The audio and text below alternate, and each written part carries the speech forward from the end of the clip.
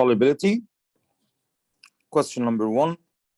The maximum mass of solid that dissolves in 100 grams of water at given temperature is called its solubility. The table gives the solubility of potassium nitrate at 6 different temperatures. A.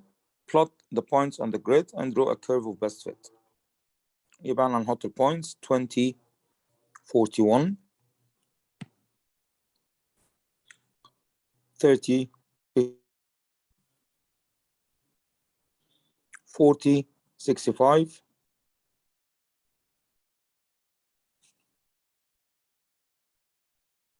50 83 60 106 70 135. كده احنا حطينا البوينتس على الجريد. بعد كده draw a curve of best fit. curve of best fit.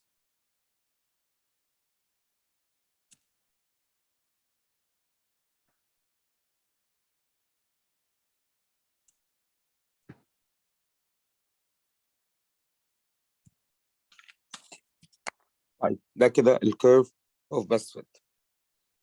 Question B. Extend your curve to find the solubility of potassium nitrate at 10. يبقى أنا عشان أعمل أو أجيب السوليبيليتي at 10 لازم extend الكيرف. طيب هنextend الكيرف بنفس السلوب فيبقى هنا 32 أو 33. يبقى السوليبيليتي هنا من 32 ل 33. يا دادا use your graph to find the maximum mass of potassium nitrate that could dissolve in 50 grams of water at 35 degree. يبقى احنا عند 35 degree هنروح نعمل construction line.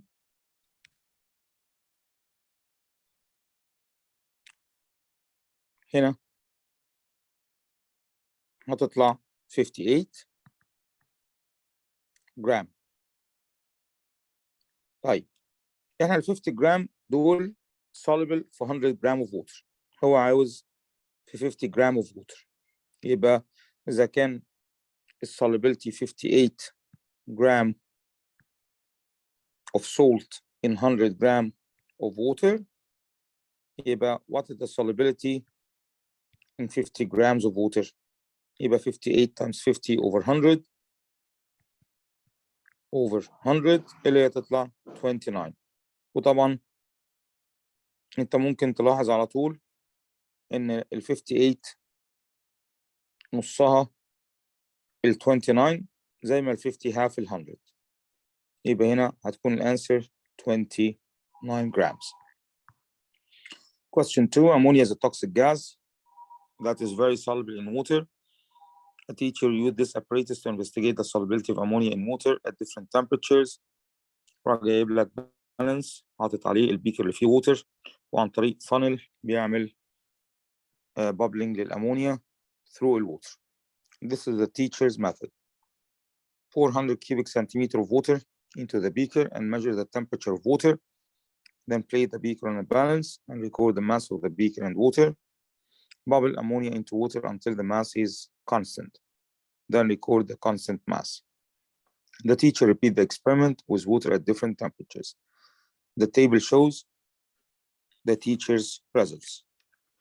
طيب عندنا temperature 15 كان وزن البيكر والووتر at start 145. لما عمل bubbling للأمونيا فبقى الماس at end is equal to 204.5. يبقى احنا لو عملنا subtracting 204.5 minus 145 يبقى احنا كده جبنا الماس of ammonia dissolved in water اللي هو يطلع 59.5. عندي درجة حرارة 20 الماس اللي هو بتاع البيكر والووتر كان 145 at end 198.1. يبقى لو عايزين نجيب الماس of ammonia هنسبتراكت 198.1 minus 145 تطلع الإجابة 53.1. at 25 degree الماس at start 145 ده اللي هو وزن البيكر والووتر. بعد كده 191.1 191.6 ده اللي هو الماس of beaker and water and ammonia. يبقى لو شلنا وزن البيكر فاضي اللي هو 145 البيكر بالووتر هيدينا 46.6 جرام امونيا.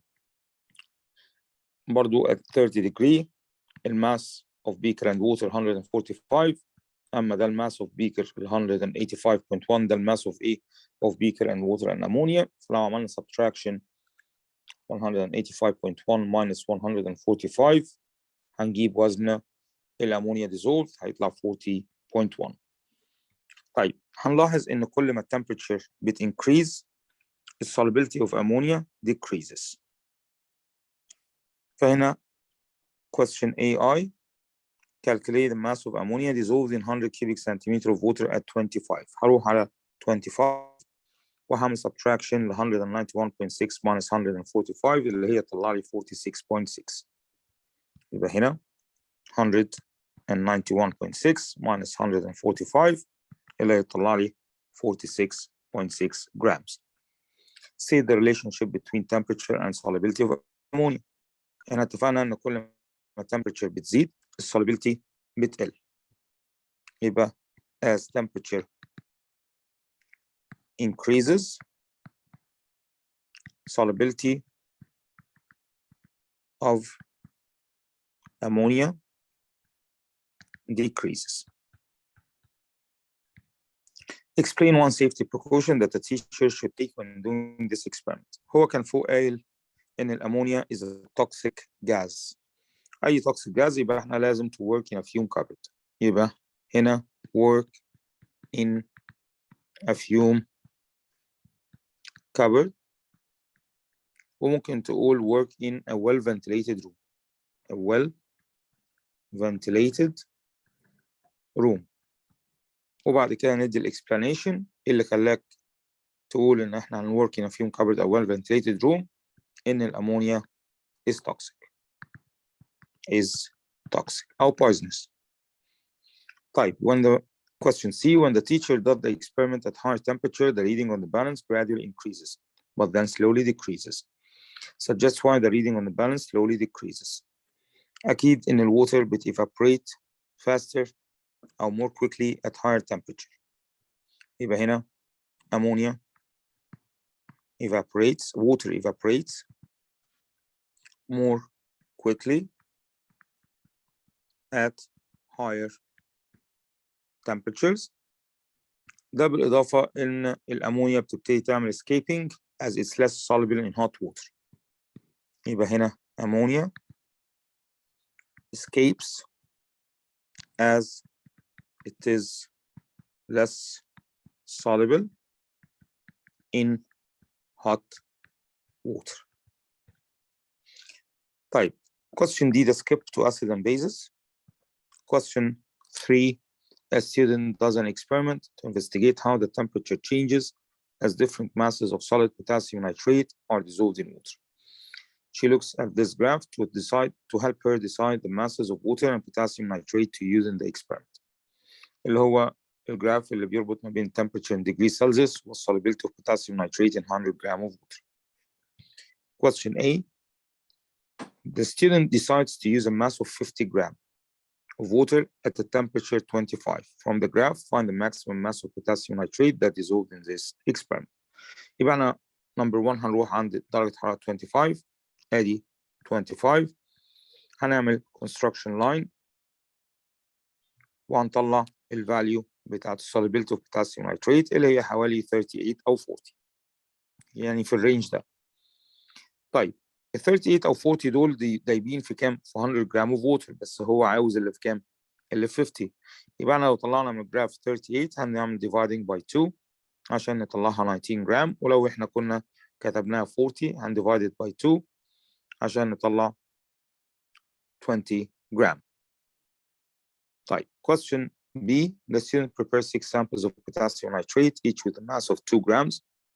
She pours 50 cubic centimeter of water into 100 cubic centimeter beaker and records the temperature of water. She then uses this method to find the change in temperature as she adds each sample of potassium nitrate. Add the first sample of potassium nitrate to the beaker and stir until sample dissolves. Record the temperature of solution. Then add the second sample of potassium nitrate solution in a beaker and stir until the sample dissolves.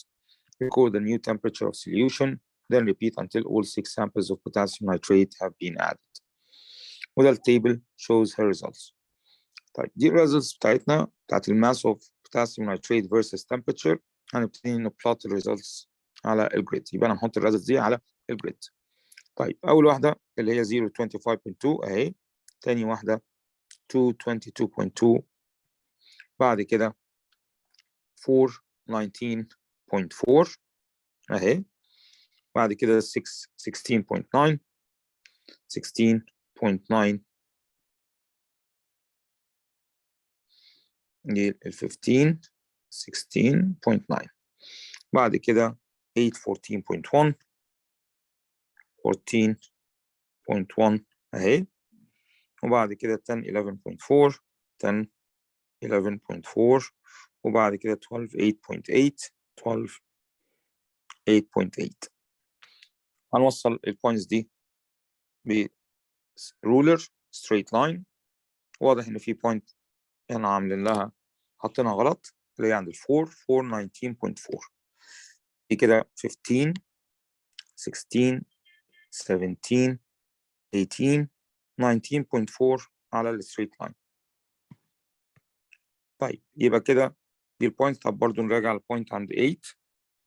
البوينت at 8 المفروض انها 14.1. طيب دي ال 15 14.1 فعلا على الستريت لاين. كده احنا عملنا plotting للstraight line of best fit. طيب بعد كده from the graph find the mass of potassium nitrate that would be needed to produce a temperature change of 10. يعني ايه كلمة temperature change of 10؟ يعني احنا نشوف ال initial temperature كام 25.2 ونعمل drop في temperature ب 10 degrees. ما هي temperature بتقل. معنى كلمة temperature change of 10 يعني احنا نعمل dropping للتمبرتشر من 25.2 10 degrees يعني 15.2. يعني احنا بنتكلم تقريبا البوينت دي. هنا البوينت. ونروح straight line اللي هي construction lines ونextrapolate الايه اللاين بتاعنا على الاكس اكسس. دي 7 دي 7.2 دي 7.4. يبقى احنا الانسر 7.4 جرام. يبقى هنكتب هنا 7.4 gram. Triple I explain how the students' results show that the type of heat change that occurs when potassium nitrate dissolves in water. كلمة heat change اللي هي معناها يا endothermic يا exothermic.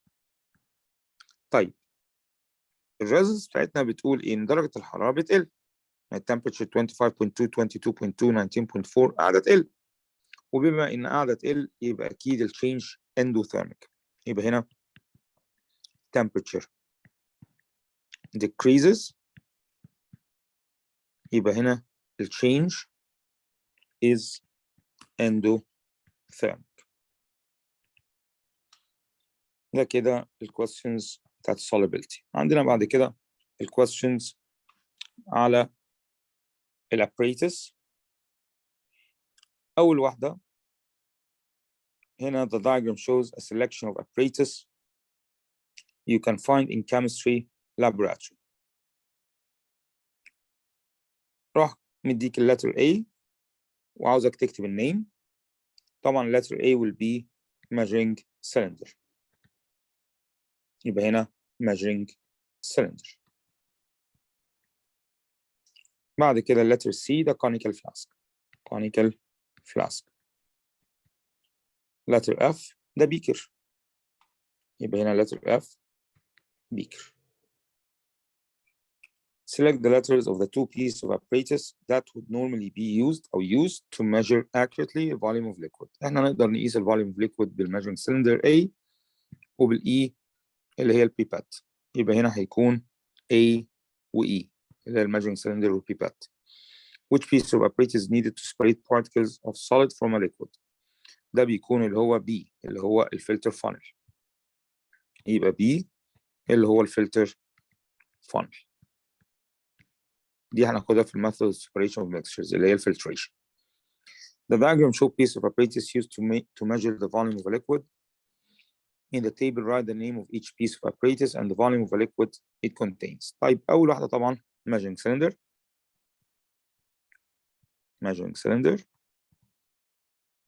الفوليوم ده 8 ودي 9 يبقى دي 8.2 8.4 8.6 يبقى أول واحدة 8.6. بعد كده البيكر دي ال 50 ودي 200. هنا في واحدة مستخبية اللي هي ال 100 وهنا 150 يبقى الفوليوم بتاع الليكويد بالظبط على المارك ال 100. يبقى احنا هنا البيكر الفوليوم اوف ليكويد بتاعته 200. عندنا question أو letter C دي بيبات 25 كيوبيك سنتيمتر يبقى هنا بيبات 25 كيوبيك سنتيمتر. دي عندنا اللي هو البيرات طيب هنا الريدنج بتاع البيرات من فوق لتحت 12 12.1 12.2 12.3 يبقى هنا 12.3. في الاكزامز النيور اكزامز اللي هي بعد 2019 بتسجل 12.30. طيب give the letter of the apparatus that is least accurate. مين في دول اقل دقه؟ طبعا اللي هو البي اللي هو البيكر يبقى هنا letter B اللي هو البيكر. give the letter of the apparatus that is most accurate for measuring 20 cubic centimeter. اكيد البيرات is D. بعد كده question 3 these pieces of apparatus are used in laboratory. give the name of each piece of apparatus. أول واحدة دي اللي هي البيرات. تاني واحدة اللي هي B البيبات. بعد كده C conical flask. D filter funnel. طيب choose A, B, C or D to identify which piece of apparatus is most suitable for removing insoluble substances from a solution. دي زي ما اتفقنا هناخدها في الفلتريشن اللي هي الفلتر فانل اللي هو D. measuring the volume of exactly 30 يبقى ده بيرات is A. Question 4 the diagram shows some piece of apparatus you can find in chemistry laboratory. give the name of each piece of apparatus. use only names from the box. يبقى A ده thermometer اللي هو ده وB هيكون stop clock. C هيكون pipette ودي هيكون measuring cylinder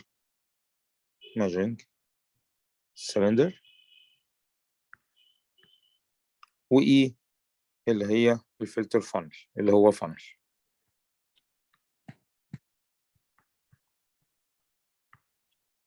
طيب B two of the pieces shown can be used to measure the volume of liquid. give the letters of these two pieces. طبعا اللي بيmeasure the volume of liquid C and D يبقى هنا C and D.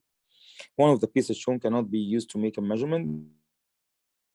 طبعا الثرمومتر بيقيس temperature in degrees Celsius. الستوب كلوك بتقيس time in seconds أو minutes. البيبات بتقيس volume in cubic centimeter measuring volume in cubic. لكن الفلتر فانل ما بتعملش أي separation بس. يبقى هنا هيكون الفانل اللي هي E. طيب question 5 in the box are the names of some common pieces of laboratory apparatus. some are used to make measurements. complete the second column of the table by writing the name of a piece of apparatus that is used to measure the variable shown. use only pieces of apparatus shown in the box. each piece of apparatus may be used once, more than once, or not at all. complete the third column of the table by stating a unit in which the variable is normally measured. The first row has been already done, completed as an example. الماس بنقيسه بالايه؟ الماس بيتقاس بالبالانس واليونت بتبقى جرام. عندنا بعد كده اللينث بتتقاس بالرول يعني رولر وبتبقى اليونت سنتيمتر او مليمتر.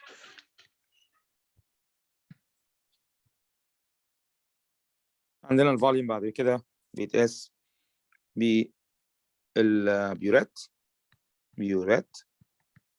اليونت بتبقى كيوبيك سنتيمتر. عندنا التمبرتشر بتتقاس بالثرمومتر وبتبقى اليونت بتاعتها degrees Celsius. Question 6, the diagram shows some piece of apparatus. Choose from the letters A, B, C, D, E, and F to identify the pieces in the table. البيبات طبعا it's B. الفانل it's E. عندنا بعد كده conical flask it's D. عندنا بعد كده البيورات it's F.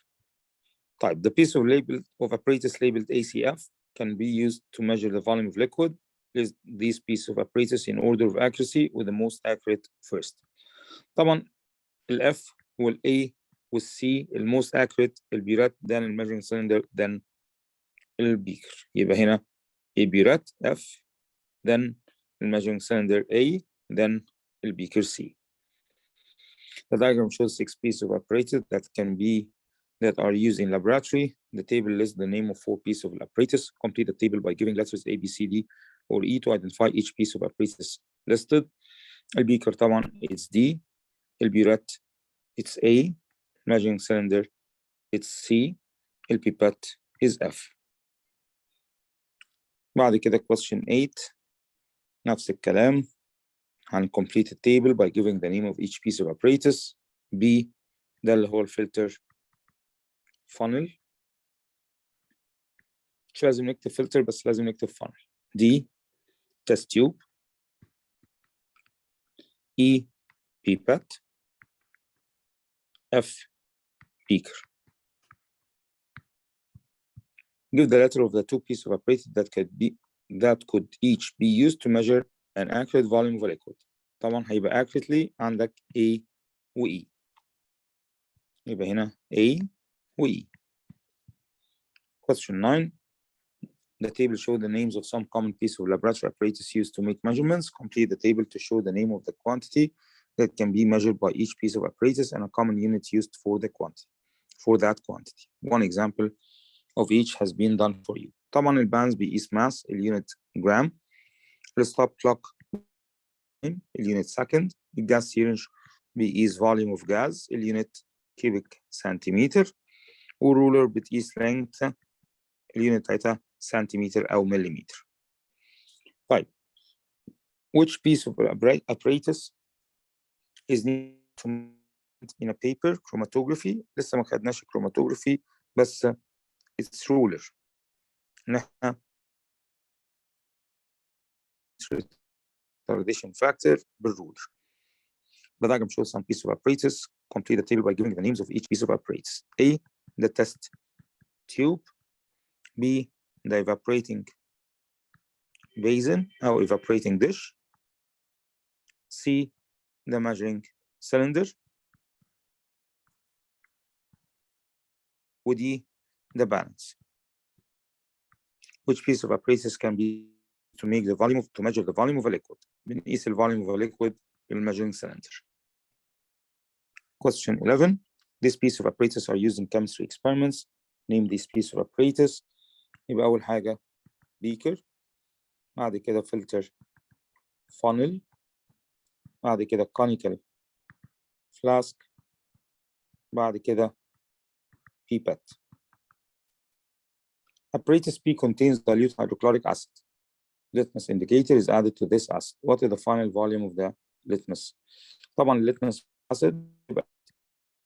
Apparatus R contains potassium hydroxide, the alkaline.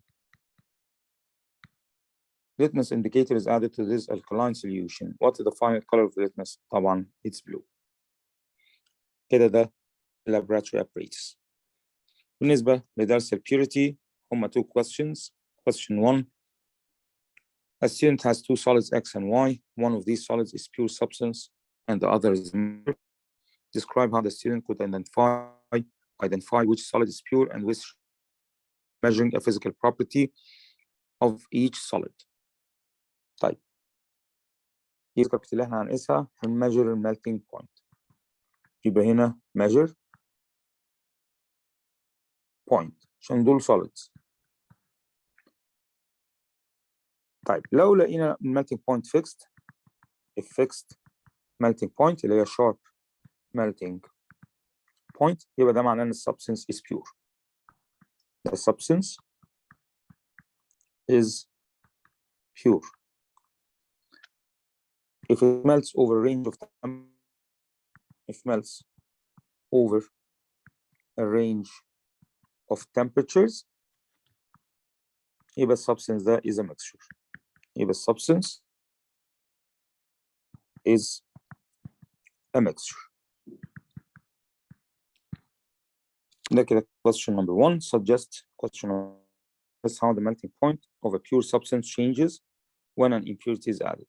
المفروض دايما أي impurity تتحط على substance تخليها impure والimpure substance melts over temperatures. يبقى هنا السبستنس الimpure بتاعتي impure substance will melt over a range of temperatures. طبعا ممكن برضو نقول إن هي it will have a lower melting point. يبقى هنا impure طبعا or impure substance will have a lower melting point. ده كده الأسئلة بتاعت البيوريتي.